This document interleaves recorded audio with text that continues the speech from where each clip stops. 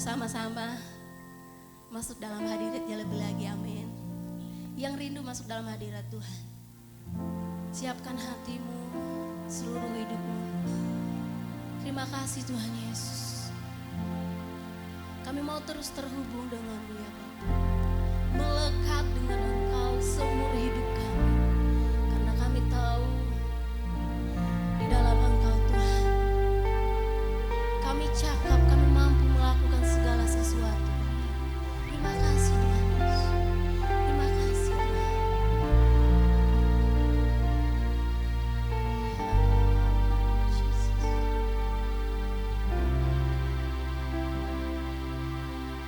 Kasih-Mu layakkan seluruh hidupku, mampukah ku melakukan yang Kau inginkan. Tak bisa ku terlepas, Kau menggenggam tanganku, ingin lebih mengenal pribadi-Mu. Sama-sama naikkan pujian, katakan kasih-Mu layakkan seluruh hidupku, mampukan setiap kali, mampukah ku melakukan yang Kau inginkan. Tak bisa ku terlepas, Kau menggenggam tanganku, ingin lebih mengenal pribadi-Mu. Ku terhubung dengan-Mu, selalu melekat di hati-Mu. Firman-Mu itulah dasar hidupku, yang berdaulat atasku. Mari jemaat Tuhan, kita bersama-sama menaikkan pujian ini dari dalam hati kita. Kita mengakui bahwa hanya Yesus satu-satunya sumber kekuatan. Kasih-Mu layakkan seluruh hidupku, mampukan ku melakukan yang Kau inginkan. Tak bisa ku terlepas, Kau menggenggam tanganku, ingin lebih mengenal pribadi-Mu. Ku terhubung dengan-Mu, selalu melekat di hati-Mu. Firman-Mu itulah dasar hidupku, yang berdaulat atasku. Terhubung dengan-Mu, selalu melekat di hatiku. Firman-Mu itulah dasar hidupku, yang berdaulat atasku. Firman-Mu itulah dasar hidupku, yang berdaulat atasku. Firman-Mu itulah dasar hidupku, yang berdaulat atasku.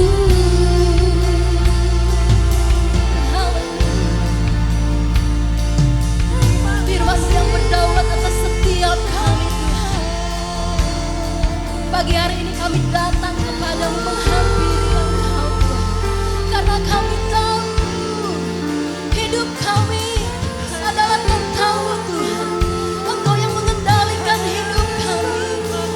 Ya Rabbasya, ya Rabbasya. Masa depan kami ada dalam tangan-Mu Tuhan. Haleluya. Mari naikkan setiap tempat di hadapan Tuhan. Ya Rabbasya, ya Rabbasya.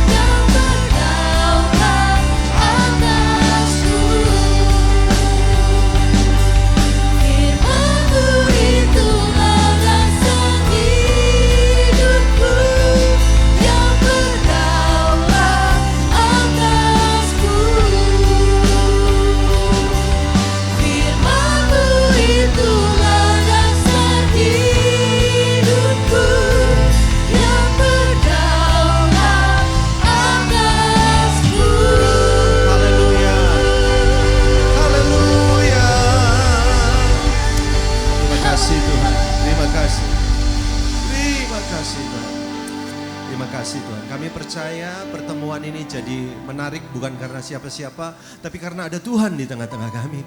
Kami percaya kalau Engkau hadir di sini, yang lemah jadi kuat, yang sakit jadi sembuh, yang alami kekeringan disegarkan kembali. Kalau ada yang mati imannya bangkit lagi dalam nama Yesus.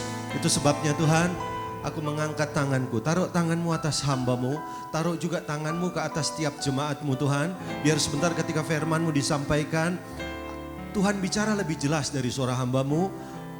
Ketika firmanmu disampaikan, ada sesuatu yang diperbaharui di dalam batin kami dan hidup kami diubahkan. Tuhan, sekali lagi berkati pertemuan ini. Restui pertemuan ini Tuhan. Pertemuan ini kami serahkan ke dalam tangan-Mu. Tuhan yang beracara, Tuhan yang menjadi pusat dari penyembahan kami. Terima kasih Tuhan, kami siap menerima yang terbaik dari hatinya Tuhan. Itu sebabnya dengan hati yang rendah, di dalam dan demi nama Yesus Kristus, setiap kita yang siap terima firman Tuhan, sama-sama katakan. Sekali lagi beri tepuk tangan buat Tuhan kita, haleluya. Baik, puji Tuhan, silakan duduk, selamat siang, shalom. Sekali lagi shalom. Ya, senang sekali bisa jumpa lagi, ini kebaktian yang kedua di hari ini. Dan kebaktian yang pertama tadi diberkati Tuhan, saya berdoa kebaktian yang kedua juga diberkati oleh Tuhan. Siapa yang percaya ada berkat istimewa buat kita? Wow, saudara antusias? Amin. Ya, terima kasih buat Bapak Gembala sekali lagi yang sudah memberi kesempatan untuk saya melayani. Dan saya berdoa supaya pekerjaan Tuhan tempat ini jadi berkat buat banyak orang. Ya, oke, saudara, di kebaktian yang pertama tadi saya bicara tentang siapa yang mengendalikan hidup kita. Ya. Tapi di yang kebaktian kedua ini saya mengangkat tema, saudaraku, pengalaman rohani. Coba katakan bersama saya apa saudara? Pengalaman rohani. Nah sebetulnya saudaraku judulnya agak panjang sedikit. Tapi kalau terlalu panjang nanti nulisnya juga susah mungkin ya. Jadi sebetulnya yang Tuhan ingatkan kepada saya adalah saudaraku, pengalaman rohani versus pengalaman agamawi. Gitu. Yuk coba bilang sama-sama, pengalaman rohani versus pengalaman agamawi. Saudara, problem kekristenan ya, kalau saudara perhatikan betul-betul, masalah kita bukan bagaimana kita dapat membedakan antara yang hitam dan yang putih. Bukan. Persoalan terbesar kekristenan kalau saudara perhatikan baik-baik, ya, persoalan terbesar bukan membedakan atau bagaimana kita bisa membedakan antara yang benar dan yang salah. Bukan. Saudara masih ada di area itu? Atau saudara masih ngalami kesulitan? Yang benar mana ya? Gitu. Yang salah mana ya? Apa saudara masih ada di situ? Saya nggak percaya. Saya yakin saudara harusnya saudara udah tahu. Oh ini yang boleh, ini yang nggak boleh. Betul, saudaraku? Nah, buat saya persoalan terbesar kita adanya di sini. Bukan membedakan benar dan salah saudaraku, tapi membedakan antara yang benar dan hampir benar. Saya ulangi. Jadi persoalan nggak tahu kalau buat saudara, mungkin buat saudara gampang ya. Tapi buat saya itu tidak mudah membedakan antara yang benar dan apa? Hampir benar. Dengan bukan hitam dan putih, tapi dengan yang hampir putih gitu saudaraku. Ya, nah itu buat saya kadangkala, firman Tuhan bilang apa? Ada jalan disangka orang lurus tapi ujungnya menuju kebinasaan. Loh kok bisa gitu? Kelihatannya lurus loh. Kurang lebih 12 tahun lalu, lebih 15 tahun lalu, saya dalam satu penerbangan, saya lupa, mungkin ke daerah Kalimantan kalau nggak salah. Lalu saya sudah dapat tempat duduk, jadi penumpang masih masuk, saudaraku. Tiba-tiba dari kokpit pesawat itu kaptennya keluar, itu siapa namanya, pilotnya keluar, ya saya cuma duduk biasa, saya lihat ada pilot keluar ya saya udah saya waktu itu lihat apa gitu, entah saya baca buku atau apa saya lupa. Terus tiba-tiba pilot itu menatap mata saya, ya maksudnya dia terarah ke saya dan menurut saya ya bukan saya, maksudnya mungkin ke sebelah saya lah atau ke belakang saya nggak tahu. Cuma kok kelihatannya dia, ternyata dia panggil saya. Dia kasih kode gini, Pak Nathan gitu. Lah dalam hati saya, lah pilot. Maksudnya sopirnya kan. Ya kok kenal gue gitu saudaraku. Oh pendeta digituin ya kan angkat tangan lagi. Saya gak kenal padahal jujur gak kenal. Akhirnya dia panggil saya, Pak. Yang manggil pilot coba kalau saudara jadi saya mau gak? Masa nggak mau kan nggak gitu ya. Jadi saya keluar dari tempat duduk, saya pas pilihnya di window, saudaraku saya keluar, saya dekati dia terus dia kasih jabat tangan, dia bilang, ingat saya nggak ingat. Siapa? Murid Bapak. Oh rupanya murid saya waktu saya di Prias Jati, saudara. 1, 2, 3 gitu saudara. Oh ya ampun maksudnya oh ya ampun tetap nggak ingat saudara. Bukan oh ya ampun itu enggak. Wong dia nggak pakai baju pilot kecuali dia waktu ikut kelas pakai baju pilot. Kenapa Pak? Ayo Bapak duduk sama saya. Itu pada masa itu belum keluar aturan bahwa hari ini nggak boleh Pak duduk di kokpit pesawat nggak boleh. Jadi saya baru tahu karena ternyata ada aturannya. Jadi saya orang yang pernah ngalami, saya nggak tahu saudara pernah nggak duduk di kokpit pesawat. Saya duduk, begitu duduk saudaraku, jadi pilot, co-pilot gitu kan. Nah saya di belakang, jadi ada satu kursi datar gitu. Saya cerita sedikit ya. Saya itu pakai sabuk sama, saya itu aduh ngapain di sini cuma untuk duduk gitu doang. Enggak, dia bilang Pak kita santai Pak, kita ngobrol-ngobrol di sini Pak. Ini teman saya perlu supaya sejati Pak gitu. Jadi saya suruh bersaksi gitu, suruh ngobrol. Udah, jadi kan sudah tahu nggak saya deg-degan? Saya deg-degan tuh kan semua kan dikerjain, jadi kan saya merhatiin, saya pikir kayak nyetir mobil Pak beda. Saya pikir mana gas remnya nggak ada, semuanya serba begini. Singkat cerita pesawat take off, position, naik, memang beda loh. Duduk di depan sama duduk di, mau seenak-enaknya duduk di belakang beda. Waktu masuk di turbulence dia nggak kerasa Pak, yang di depan itu. Sudah saya nggak cerita udah take off, baru dia lepas ini kursinya bisa digituin tuh. Jadi ngadep kita kayak orang ngobrol gini. Terus ngobrol, terus sementara dia pengen tahu saya bisa sharing firman apa, saya kebalik Pak. Saya kepengen tahu gimana cara ngoperain pesawat. Beda boleh dong ya kan. Terus saya bilang Pak, itu Bapak lihatnya ke depan aja. Jangan lihat ke saya. Saya ini katrok banget. Kalau lihat ke saya nanti kalau ada apa-apa, ya memang di atasnya nggak ada apa-apa saudara. Ya cuma ada awan. Saya bilang enggak Pak tenang, ini autopilot. Yang penting Pak direction apa tuh arah sudah sudah tahu nentuin arah pakai apa tahu? Pakai derajat itu ternyata cuma diputer loh. Cuma tek gitu doang. Nentuin lintang derajat tuh. Ngerti gak? Cuma di tek gitu. Saudara tahu satu tek itu di 1000 kilo bisa beda destinasi. Ini saya kasih tahu dulu rumusnya nih, saudara tangkap pakai. Kalau teknya 2, oh tambah jauh lagi. Ngerti saudaraku? Bukankah prinsip kehidupan kita juga sama? Saudaraku, ada jalan disangka orang lurus, ngerti nggak? Tapi ujungnya beda. Kenapa? Nah itu faktor tek itu loh. Nah banyak orang Kristen tuh nggak sadar, saudara, bukan tek reketek. Lah Anda itu sudah wah muter gitu. Nah saya perlu cerita itu dulu. Kenapa saudaraku? Saya mau mulai dari situ. Kenapa? Waduh, ini buat saya pengalaman yang saya suka. Iya kan? Sensasi gitu kan? Menarik. Saya mau tanya, saudara kepengen nggak di posisi saya? Pengen kan? Tapi udah nggak boleh. Nah ini saya lagi bicara pengalaman. Tadi judul saya apa? Pengalaman rohani. Saya Pak Gem saya izin ilustrasi boleh Pak Gem? Ilustrasi. Tapi ini ilustrasinya beneran ya. Saya udah siapin memang. Sebentar. 100.000. Saya mau kasih sama saudara. Ini bener Pak Gem, saya pengen kasih. Boleh. Siapa yang ragu kalau saya mau kasih sama saudara? Ada yang ragu? Orang berdosa mana yang ragu coba? Nggak ada ragu dong, pendeta bener kan.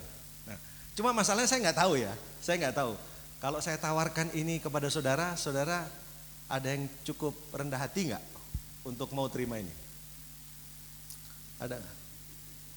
Oh, serius Bu, serius Caci, serius.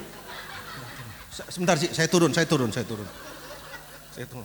Serius nih, saya nggak aduh Ci Hana ini, aduh. Ini bikin saya deg-degan malahan saudaraku. Ya oke, Ci Ana. Oke, sebelah sini Ci. Ini saya kasih 100.000. Enggak gini. Ini memang ini uang betul saya enggak ambil lagi Pak, enggak. Saya tahu saudara nganggap ringan ini karena cepeceng Pak. Kalau CPM bisa nangkap ya. Cara berpikirnya mesti begitu. Kalau ini 100 miliar beda. Saudara rebutan. Rebutan saya Pak. Ini kan karena 100.000, ya kan? Saudara kayak kurang menghargai gitu. Tapi ini nanti saudara dapat esensinya. Ciana, ini anggap aja 100 miliar, 100 M. Kalau betul ini 100 M, ya. Ciana dapat 100 M ini berarti kan? Perasaanmu gimana? Wah, luar biasa. Seneng kan? Seneng banget. Kira-kira buat apa? 100 M lah ya. Modal kerja. Modal kerja. Oh, ya bener, make sense kan? Itu kan. Karena ini cuma cepeceng, tapi kan saudara mesti tanam di sini 100 miliar. Oke. Ada planning baru nggak? Iya ada. Kira-kira apalah kira-kira ya? Saya mau banyak usaha baru. Banyak usaha baru. Iya. Oke. Kita lagi belajar sekarang ini tentang pengalaman. Ada berapa pengalaman? 2. Pengalaman rohani dan pengalaman agamawi. Ci, coba lihat wajah-wajah orang-orang yang perlu dikasihani ini, ya. Coba Ci, cari satu orang yang menurut Ci Hana lebih pas untuk menerima CPM. Yang menurut Ci Hana, oh kok nggak ada, nggak boleh. Oh ini suaminya ngawur ini. Jangan panggil dia ya, nggak boleh ya. Jangan, kok David, nggak boleh. Itu namanya nepotism, nggak boleh. Coba, kira-kira siapa Ci yang lebih pas untuk mendapatkan 100 miliar?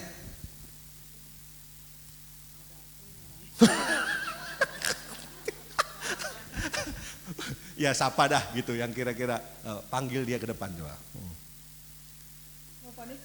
Oh belum, no, dia malah nggak perlu. Siapa? Coba Ci.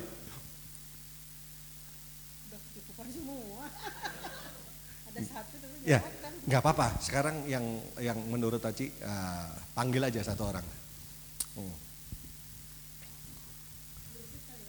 Sok, ayo yang dipanggil. Ya, yuk. Maju ke depan.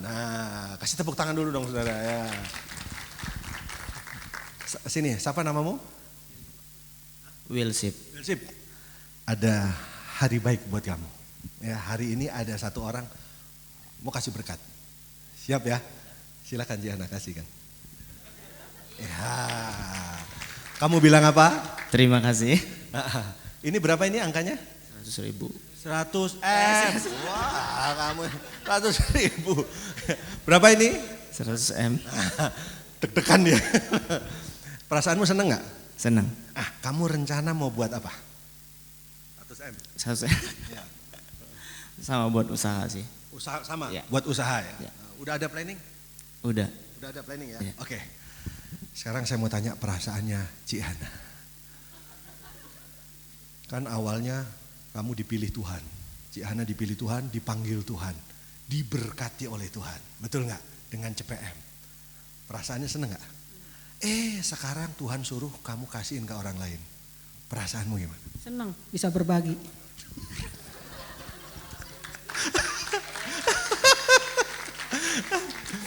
Ini berat, ini pembicaranya berat. Soalnya saya jarang ketemu kayak begini. Biasanya kita lihat wajah sama perkataan agak beda. Perasaannya gimana? Seneng. Seneng tapi nangis. Oke, thank you. Nah, belum selesai, tetap di sini. Siapa namamu tadi? Wilsip. Wilsip. Tunjuk satu orang di sini. Bawa maju ke depan. Kamu kasihkan itu kepada orang itu. Coba tunjuk.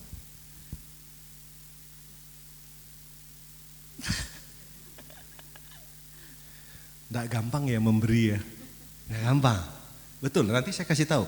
Memberi itu minimal mesti punya 3 faktor. Yang pertama punya hati. Yang kedua punya materi. Yang ketiga punya objeknya. Salah satu nggak ada, saudara nggak bisa beri. Punya duitnya nih, nggak ada orangnya, nggak bisa. Nah kayak ini, ada orangnya, nggak rela. Itu aja masalahnya. Masalah itu, silakan, ayo pilih. Bang Coki.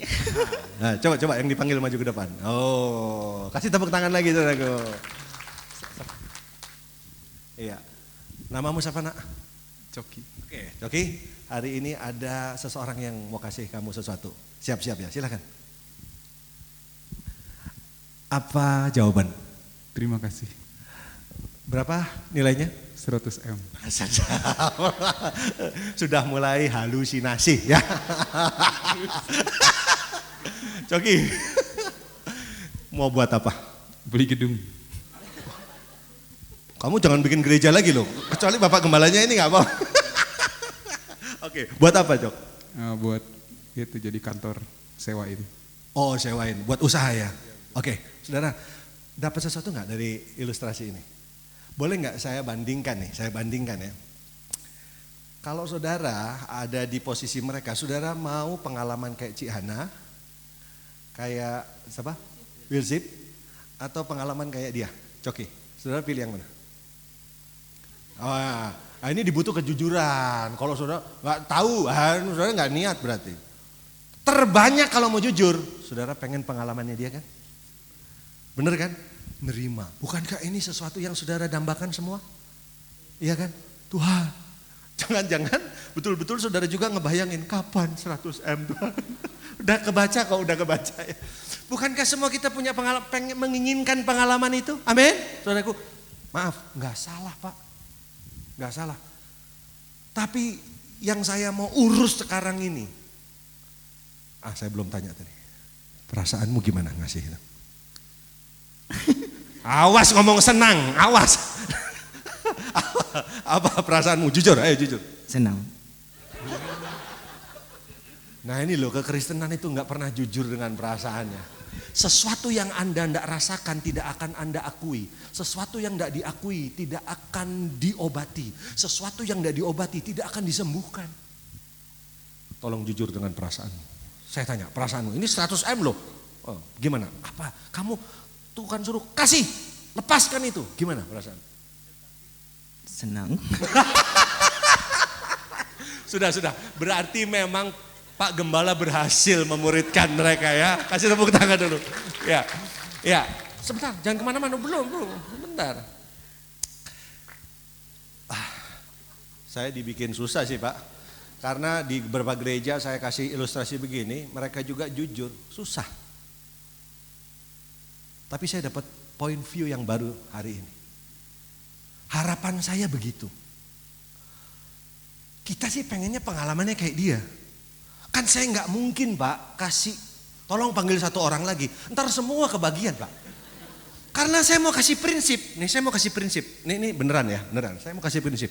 Waktu Cik Hana tadi memberi ke sini, karena dia nurut sama perintah Tuhan kan. Ini kan anggap perintah Tuhan ya kan.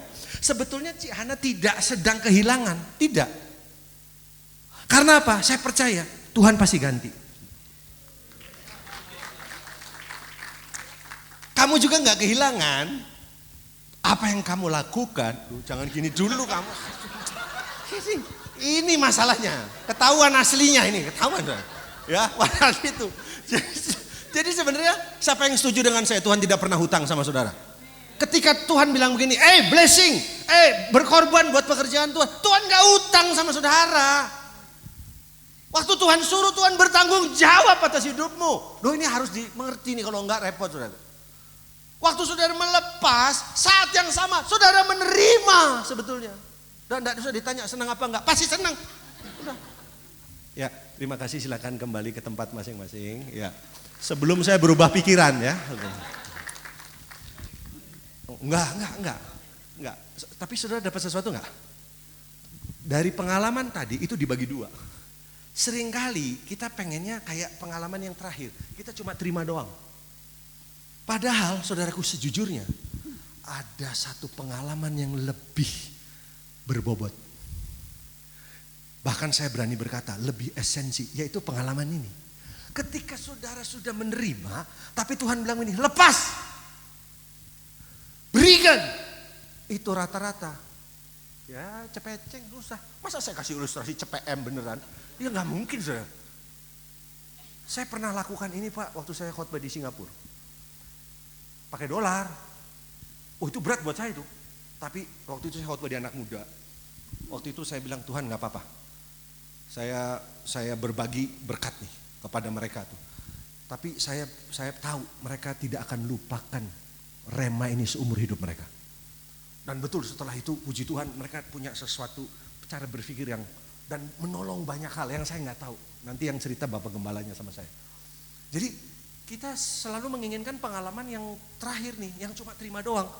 Padahal Coki bisa jadi di lain hari Tuhan bilang, kamu blessing orang lain. Kamu lakukan sesuatu. Bisa jadi. Tapi kalau boleh pilih, jujur, kita lebih senang pengalaman-pengalaman yang ini kan. Padahal saudaraku, semua pengalaman seharusnya di dalam Tuhan itu baik. Yang setuju katakan amin. Saudara. Justru saya dapat sesuatu loh. Karena waktu saya ilustrasi begini Pak, ini boleh saya cerita sedikit ya. Yang pertama, selalu orang kalau dia jujur, dia akan berkata begini, apa perasaanmu waktu kau sudah dapat 100.000 kau harus bagi itu? Dia bilang, ya sedih Pak. Bahkan Pak Gembala, believe it or not, saya pernah panggil satu orang Pak. Maksudnya siapa yang mau 100.000 dia maju ke depan. Terus saya bilang, Pak, kita tunjukin ya Pak, bahwa Bapak adalah seorang anak Tuhan yang bisa diatur oleh Tuhan. Nah Tuhan atur kamu beri. Pak tahu gak? Dia gak kasihin duitnya Pak. Pak kita nih lagi ngajarin jemaat Pak supaya kita, ya jadi silakan Bapak kasih 100.000. Gak mau Pak. Pak, ini di depan audiens 1.000 orang loh Pak. Saya harus punya wisdom di situ. Kalau enggak dia dipermalukan nanti. Iya kan? Aduh, bagaimana nih caranya Tuhan? Ini kok dia enggak mau? Pak, Bapak kasih karena ini yang ngomong Tuhan kan dari awal saya bilang kita lagi ngajarin orang nurut sama Tuhan. Terus dia bilang apa? Enggak mau, saya mau tahu dulu. Setelah itu saya dapat apa? Saudara, dari situ nah, saya enggak boleh membuat malu kan. Oke, nanti kita belajar sesuatu dari Bapak ini. Jadi Bapak ini saya geser. Kan saya udah siapin sampai ceng Pak. Tapi karena ini diskualifikasi, saya harus keluar lagi si peceng. Saya harus tambah cepeceng lagi. Karena ini gak bisa diatur Pak. Saudara ngerti maksud saya enggak?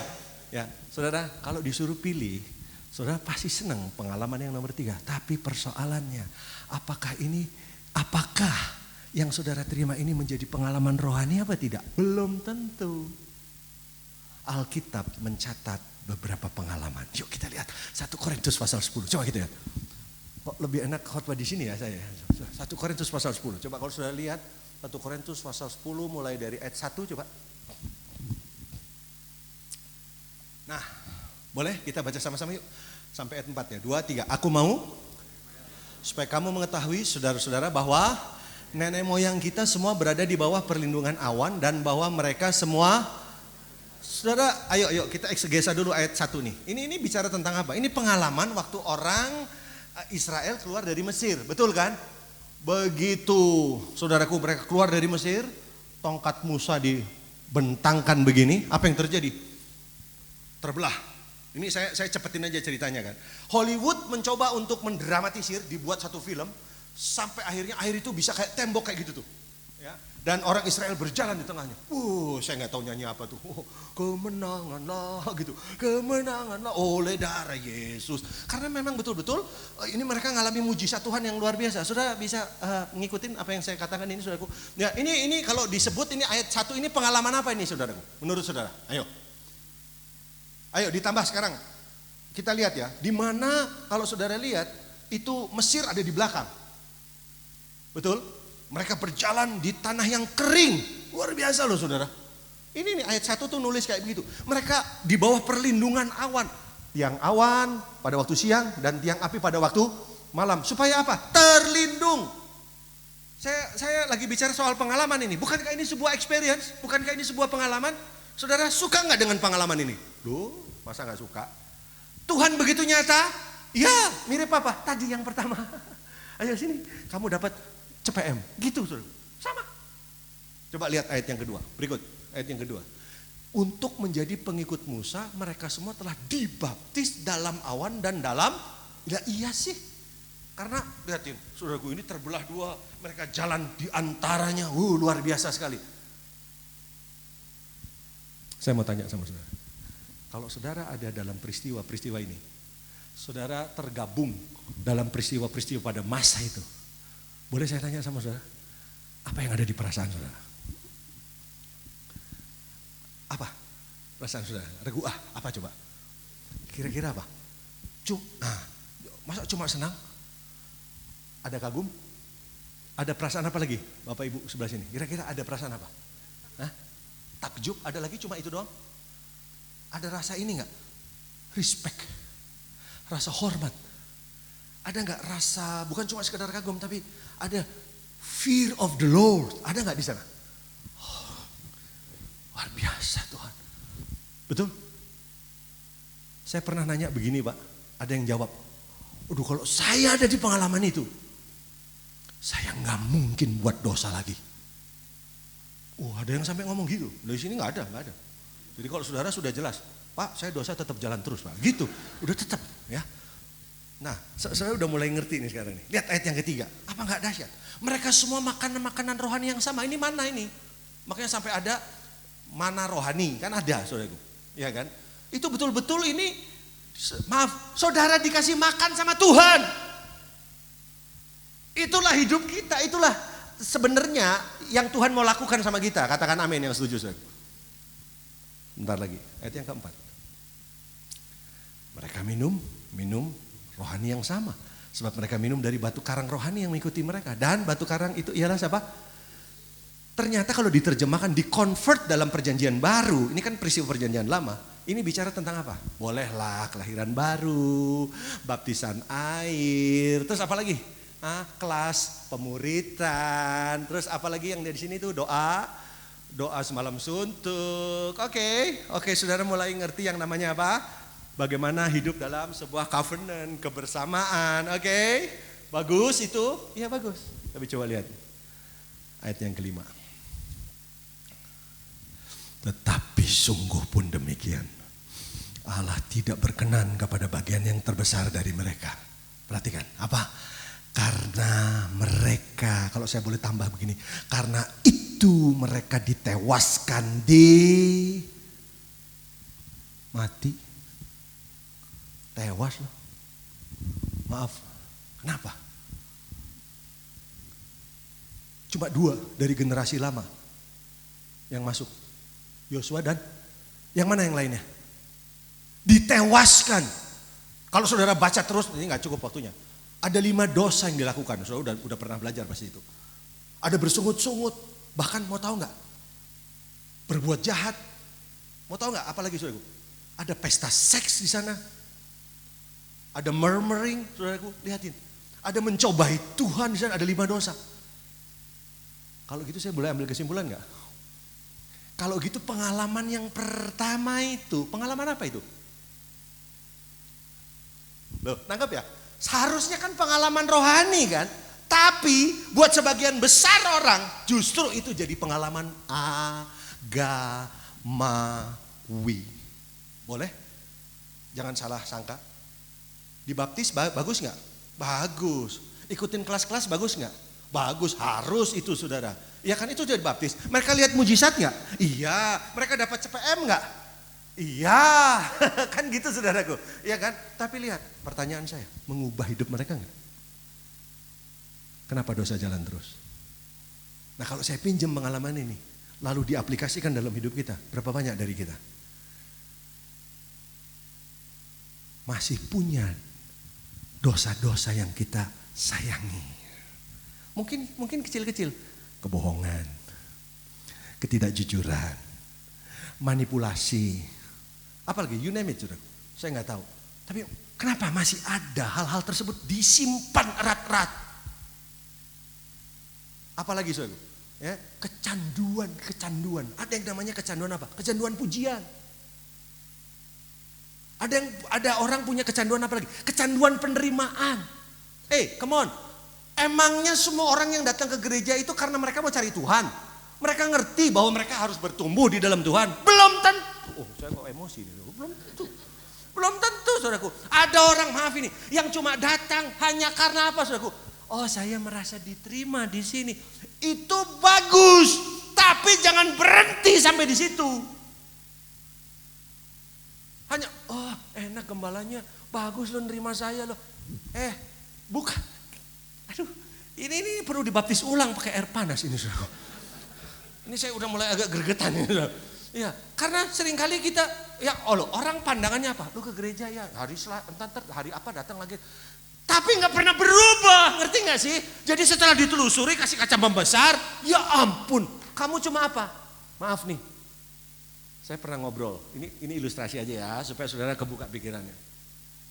Saya nggak sebut nama lah, gereja apa enggak. Dia dari satu gereja besar, terus tiba-tiba keluar, karena gereja itu pindah lokasi. Di Jakarta kan wajar pindah-pindah kayak begitu, biasa aja kan gitu. Gereja besar loh, mau cari modul apa saja ada di situ. Tahu-tahu dia pindah ke satu tempat. Kita ngobrol biasa gitu saudaraku. Terus kenapa lu di situ sekarang? Tempatnya pindah. Loh, tempat pindah? Ini nalar saya. Ya lu pindah Jo, nggak ada masalah, pindah juga geser nggak begitu jauh dari blok itu gitu, pindah aja ke situ. Enggak, akhirnya gue pilih yang gitu, yang lain gitu. Terus saya tanya, kenapa lu pilih itu? Itu kenapa? Terus apa tahu jawabannya? Wah, bakal kaget. Ya habis gue enak. Gue kalau kebaktian gue duduknya di pojok. Di pojok tuh ada jendela, ngerti nggak saudara? Di lantai berapa gitu, lantai 3 kalau nggak salah. Terus kalau jendela dibuka, dia bisa lihat mobilnya parkir di situ. Ya Tuhan, dia lebih nyaman karena tempat ini, ngerti nggak? Kasih dalam tanda petik seolah-olah memiliki posisi yang lebih safe buat dia. Karena apa? Dia tinggal buka jendela, dia bisa lihat mobilnya di bawah. Dapat sesuatu nggak sih? Jadi dia cari Tuhan apa mau ngurus mobilnya itu? Bukan cari Tuhan. Bukan, makanya jangan heran. Kenapa dosa tetap mengikat dia? Kenapa ada kebiasaan buruk tetap ada dalam hidupnya? Kenapa? Simple. Dia nggak pernah ngalami pengalaman rohani. Jadi selama ini yang khotbah-khotbah hebat, modul-modul hebat, buat manusia, buat kekristenan model gini, akhirnya itu menjadi pengalaman apa? Pengalaman agamawi. Sudah ngerti nggak? Ini saya belum langsung simpulkan dulu dong, saya mesti kasih contoh-contoh dulu. Kurang hebat apa pengalaman ini? Lihat laut terbelah, lihat musuh itu ditenggelamkan, bagaimana air laut itu kemudian menutup lagi. Coba, kalau saya di masa itu saya mirip kayak satu bapak yang jawab itu, waduh saya akan penuh rasa hormat, takut sama Tuhan. Tapi kenapa dosa jalan terus? Tadi pagi saya sudah bilang, George Barna, dia bilang, orang yang keluar masuk gereja dengan orang yang tidak ke gereja, hanya beda-beda tipis. Seberapa signifikan perbedaan? Coba tipis. Nggak tahu ya kenapa, saya cuma mau sampaikan, yuk Pak, Ibu, temukan pengalaman rohani. Sekarang saya kasih contoh. Kita buka ayatnya, yuk kita lihat. Kita buka di Kejadian. Ini saya udah mulai emosi nih. Coba ya, ini kalau mimbarnya lebih tinggi lagi sesak napas saya. Coba kita lihat. Saya ajak saudara di Kejadian, boleh? Kita lihat di Kejadian pasal 32. Ayatnya yang ke-22. Wow, waktu saya sebentar lagi saudara. Kejadian 32 ayat 22 sampai seterusnya. Saya bacakan buat saudara ya. Pada malam waktu itu Yakub bangun dan ia membawa kedua istrinya, kedua budaknya perempuan dan ke-11 anaknya dan menyeberang di tempat penyeberangan sungai Yabok. Sesudah ia menyeberangkan mereka, ia menyeberangkan juga segala miliknya. Lalu tinggallah Yakub seorang diri dan seorang laki-laki bergulat dengan dia sampai fajar menyingsing. Ketika orang itu melihat bahwa ia tidak dapat mengalahkannya, ia memukul sendi pangkal paha Yakub sehingga sendi pangkal paha itu terpelecok. Ketika ia bergulat dengan orang itu, lalu kata orang itu, biarkanlah aku pergi karena fajar telah menyingsing. Saud Yakub, aku tidak akan membiarkan engkau pergi jika engkau tidak memberkati aku. Bertanyalah orang itu kepadanya, siapakah namamu? Saudnya, Yakub. Lalu kata orang itu, namamu tidak akan disebutkan lagi Yakub, tetapi Israel, sebab engkau telah apa? Bergumpul melawan Allah dan manusia dan engkau apa? Ini saudara ngerti latar belakangnya? Ceritanya sedikit aja. Kenapa bisa sampai di Yabok? Ini kan sebenarnya sikap untuk melarikan diri sebetulnya dari seorang Yakub. Kita ngerti kan? Ya, ketika Yakub sama Esau masih di kandungan, Yakub pegang tumitnya Esau, ya kan? Pegang tumitnya loh. Dengan lain kata apa? Memang Yakub ini dari awal sudah menjadi penghalang dari keberhasilan orang. Coba, banyak nggak dia udah pegang tumitnya saudaranya ya. Dan kita ngerti Yakub dari arti namanya apa? Penipu. Penipu saudaraku ya. Suatu ketika ayahnya udah tua dan Ishak akan memberkati anak sulung, Yakub ambil kesempatan ini. Akhirnya apa? Esau begitu kepahitan. Kita udah ngerti kan cerita ini kan? Dan apa? Esau mau bunuh Yakub. Nah, jadi cerita yang tadi saudara baca itu pengalaman sungai Yabok ini pengalaman di mana saudaraku Yakub ada di posisi yang sangat ketakutan. Dia ada di titik nadir. Sampai di sini bisa ikuti, saudaraku. Nah, jadi sungai Yabok tuh bicara tentang apa sih? Ini bagus nih. Ini bicara tentang apa? Ini titik nadir ya. Karena sebetulnya apa? Tuhan mau urusan ya. Mau adakan pemberesan dengan yang namanya Yakub ini ya. Nah, saya cepat aja ya. Sebenarnya kalau saudara baca di Kejadian pasal 28, tadi Kejadian pasal berapa itu? Kejadian 32. Jadi mundur dulu. Kalau saudara lihat di Kejadian 28, coba lihat ayat 10. Nah, ini cepat aja nih, ayat 10. Saya mau bandingkan dua pengalaman ini. Kejadian 28:10, maka Yakub berangkat dari Beersheba dan pergi ke Haran. Ia sampai di suatu tempat dan bermalam di situ karena matahari telah terbenam. Ia mengambil sebuah batu yang terletak di tempat itu dan dipakainya sebagai alas kepala, lalu membaringkan dirinya di tempat itu. Maka bermimpilah ia, di bumi ada didirikan sebuah tangga yang ujungnya sampai ke langit, dan tampaklah sama-sama apa saudara? Malaikat-malaikat Allah turun naik di tangga itu. Berdirilah Tuhan di samping dan berfirman, akulah Tuhan Allah Abraham nenekmu dan Allah Ishak. Tanah tempat engkau berbaring ini akan kuberikan kepadamu dan kepada keturunanmu. Keturunanmu akan menjadi seperti debu tanahnya banyaknya, dan engkau akan mengembang ke sebelah timur, barat, utara dan selatan, dan oleh seluruh keturunanmu semua kaum di muka bumi akan mendapat berkat. Halo, saudara ngerti? Ada dua pengalaman yang dicatat oleh Alkitab. Tapi tahukah saudara, apa perbedaan pengalaman rohani dengan pengalaman agamawi? Apa bedanya? Dan saudara bisa lihat nggak, di mana pengalaman agamawi, mana yang pengalaman rohani? Menurut saudara dari dua ini? Yang satu Betel, yang satu apa? Yabok. Menurut saudara mana yang rohani? Hah? Kenapa Yabok? Nah ini menarik saudara. Karena justru Yakub ada di titik nadir. Dia ada di bawah. Bukan tidak baik pengalaman Betel, itu baik saudaraku. Tapi itu tidak bermakna buat dia. Maaf ya. Kalau kita boleh pilih kan, tadi kan saya bilang, saudara pilih pengalamannya si ini kan, Coki kan, iya kan, yang udah tinggal terima terus nggak disuruh-suruh lagi gitu kan saudara. Waduh senang. Bukankah ini juga dialami oleh yang namanya Yakub saudara? Tapi coba kita lihat apa yang terjadi dengan Yakub. Waktu Betel dia lihat malaikat turun naik. Ada janji berkat yang diberikan. Saya kasih tahu ya, Yakub tidak berubah apa-apa. Dia tetap jadi Yakub yang penipu, dia tetap jadi Yakub yang manipulator, saudaraku. Dia tetap jadi Yakub yang lama, tidak ada perubahan dalam dirinya. Semua kita ada di pengalaman yang sama kan? Kita pernah mengalami baptisan, betul? Kita pernah mengalami pengalaman yang dipisahkan. Tapi dosa tetap jalan kan? Sudah seharusnya saudara membutuhkan pengalaman rohani. Itu loh poinnya. Kalau saudara ngerti poinnya. Saya kasih contoh satu lagi terus saya selesai ya. Waduh ini saya berkejar-kejaran dengan waktu ini. Saudara. Coba lihat 1 Raja-Raja pasal yang ke-17. Lihat 1 Raja-Raja pasal 17. Sama-sama cari ya. 1 Raja-Raja pasal yang ke-17. 1 Raja-Raja pasal 17.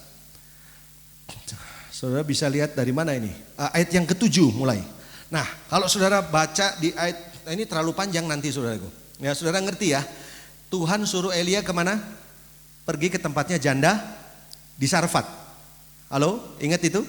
Dan waktu ketemu janda itu, saudaraku, Elia ngomong apa? Coba ambil bagiku sedikit air dalam kendi supaya aku minum. Ngerti nggak? Terus sesudah itu apa? Coba sekarang ambil juga bagiku ayat 11 sepotong roti. Betul? Perempuan itu jawab, demi Tuhan Allah yang hidup, tidak ada roti kecuali segenggam tepung, dan habis itu apa? Dia akan mati. Oke? Terus ayat 13, jangan takut, pulanglah, buat aja, pokoknya buat apa yang aku ngomong kayak tadi tuh. Udah CPM-nya kasih aja, kan gitu kan. Buat aja roti bundar buat aku, bawalah kepadaku. Kemudian baru buat. Tahu nggak saudara apa yang terjadi? Ayat 15, pergilah perempuan itu dan berbuat seperti yang dikatakan. Maka perempuan dan dia serta anak perempuan itu mendapat makan beberapa waktu lamanya. Halo? Dapat sesuatu? Saya mau tanya, ini pengalaman apa namanya? Pengalaman multiplikasi, pengalaman berkelipatan. Halo, saudara suka pengalaman ini? Oh, enggak usah ditanya, enggak usah jawab amin. Suka sudah ini. Saudara senang dengan pengalaman penambahan, mujizat saudaraku, ada multiplikasi dari yang sedikit jadi banyak. Oh, kita suka itu. Tapi saudara perhatikan, perikop ini mencatat ada 2 pengalaman. Tiba-tiba apa yang terjadi? Anaknya mati. Pendapat saudara apa? Oh, ini kalau bukan janda Sarfat, saudaraku jangan-jangan bisa murtad. Iya, tapi lihat, waktu anaknya mati, saudaraku, si janda Sarfat bilang apa? Ini menarik, saudaraku. Kalau saudara lihat di ayat yang keberapa? Ayat yang ke-18. Kata perempuan itu kepada Elia, apa maksudmu datang kemari ya abdi Allah? Singgahkah engkau kepadaku untuk mengingatkan kesalahanku dan untuk menyebabkan anakku mati? Ayat yang ke-18 itu. Ternyata mana yang disebut pengalaman rohani dan mana yang disebut pengalaman agamawi? Bisa bedain gak? Kapan ibu janda Sarfat ini ngalami pengalaman rohani? Kapan? Waktu anaknya mati. Kapan Cik Hana ngalami pengalaman rohani tadi? Waktu dia berani kasih CPM ini. Ya, aku makan apa? Aku mau buat apa? Aku gak punya apa-apa. Wow. Isi hati keluar. Kamu mau celakakan aku? Lihat, kamu yang menyebabkan anakku mati. Kenapa? Kamu mau ingatkan kesalahanku? Saya mau tanya, kalau iya kenapa emang? Kenapa? Kekristenan yang sehat itu mengungkap dalemanmu yang sesungguhnya. Jadi kalau saya boleh simpulkan apa? Pengalaman agamawi itu apa? Semua pengalaman bahkan hal spektakuler yang tidak membawa saudara kepada perubahan karakter. Itu pengalaman agamawi. Terserah saudara mau sebut apa. Tapi saudara dapat sesuatu di sini. Jadi pengalaman rohani itu apa? Sekecil apapun pengalaman saudara. Tapi yang membuat saudara, Tuhan itu menjadi Tuhan dalam hidupmu. Dan karaktermu menyadari bahwa aku harus berubah. Itulah pengalaman rohani. Nah sekarang saudara kejar yang mana? Kalau dari wajahnya udah kelihatan. Saudara pengennya yang mana? Pengalamannya coki bukan? Seneng kan? Tuhan berkatiku sekarang. Tuhan, bisa jadi agamawi. Dan saya simpulkan, saudaraku, ternyata justru pengalaman kematian itu yang membawa seseorang mengalami perubahan. Sekarang kesimpulan ya. Kesimpulannya apa? Apa perbedaan pengalaman agamawi dan rohani? 1. Setiap pengalaman rohani selalu menuntut dan berdampak kepada perubahan karakter. Ini kacamata yang harus saudara pegang. Setiap pengalaman rohani selalu menuntut dan berdampak kepada perubahan karakter. Ingat, malaikat ngomong apa sama Yakub? Siapa namamu? Betul nggak? Kenapa mesti ditanya nama? Karena dulu pernah ditanya sama bapaknya, sama Ishak. Waktu ditanya siapa, dia jawab apa? Dia jawab Esau. Dia berbohong, betul nggak saudara?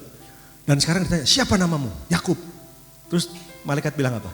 Kamu akan diganti jadi Israel. Saya merasa beberapa di antara saudara harus ganti nama ini. Banyak yang mesti dibalik nama ini. Ya, harus ada nama baru. Ya, semua pengalaman rohani selalu menuntut dan berdampak kepada perubahan karakter. Bukan waktu pengalaman, maaf, diberkati. Bukan waktu jadi sembuh, bukan.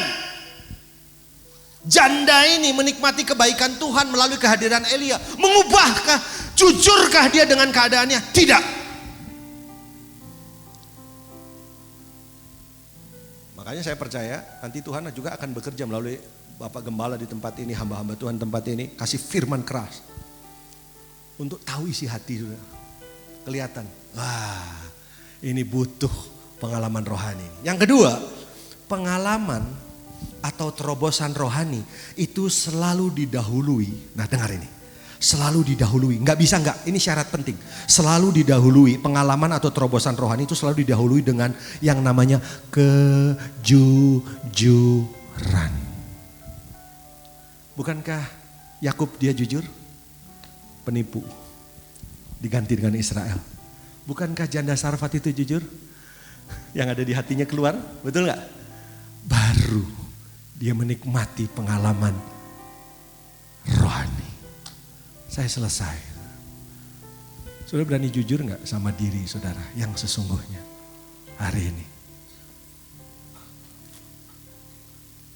Saya jujur hari ini, yaitu saya selesai khotbahnya. Nah itu jujur. Lagunya yang tadi, D. Saya suka lagu ini. Selidiki aku, lihat hatiku, apakah ku sungguh mengasihimu, Yesus, Kau yang Maha Tahu dan menilai hidupku. Tak ada yang tersembunyi. Sekali lagi sama-sama katakan. Selidiki aku, selidiki Tuhan, Lihat hatiku, ya Jesus, apakah ku sungguh mengasihimu, Yesus, Kau yang Maha Tahu dan menilai hidup. Saya jemput dengan hormat, saudara bangkit berdiri. Tersembunyi pagi. Mari dari hatimu katakan ya. Telah kulihat kebaikanmu yang tak pernah habis di hidupku. Ku berjuang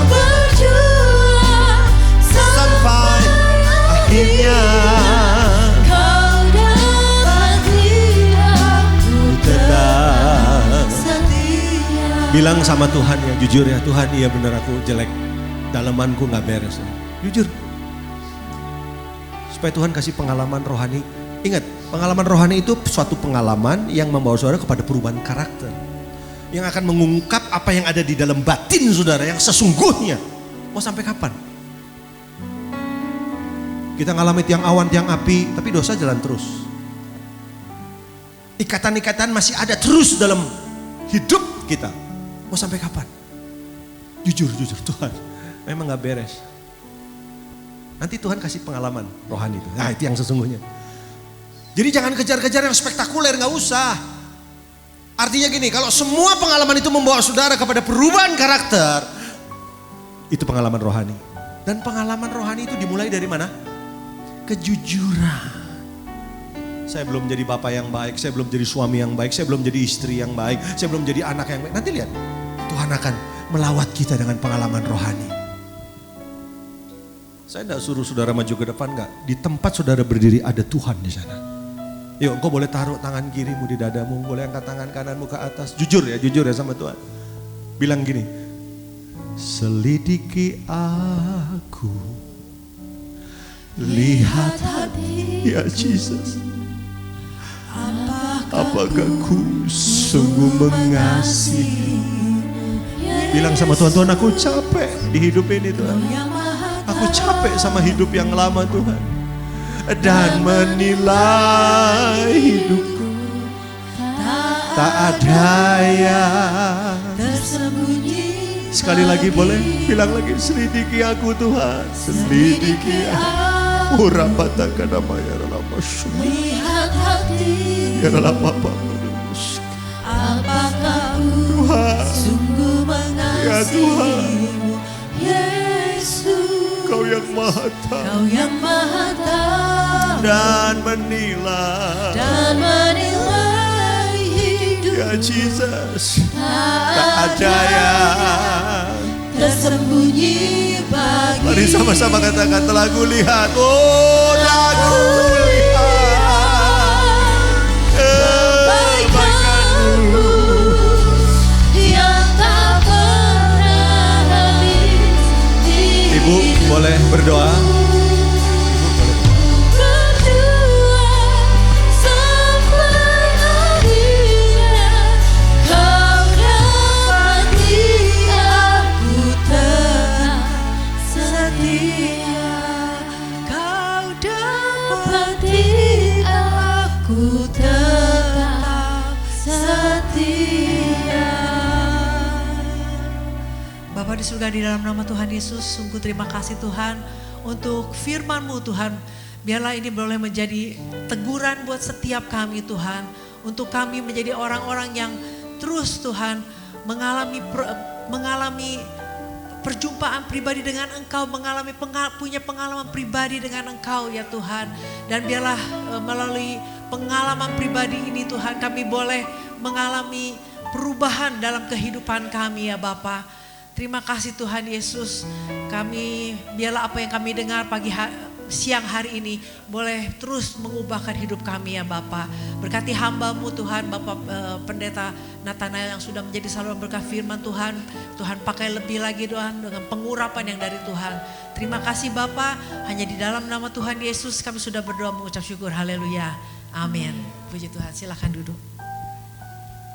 Kami atas nama Gembala dan Jemaat mengucapkan terima kasih Pendeta Nathanael Makaraung atas pelayanan Tuhan Yesus memberkati.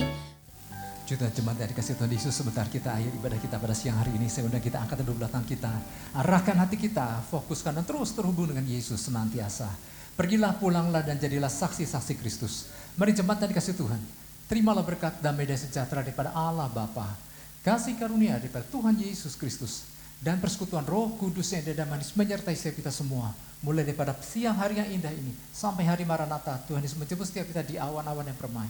Setiap kita yang percaya menerima, kita sama-sama katakan amin. Tuhan berkati.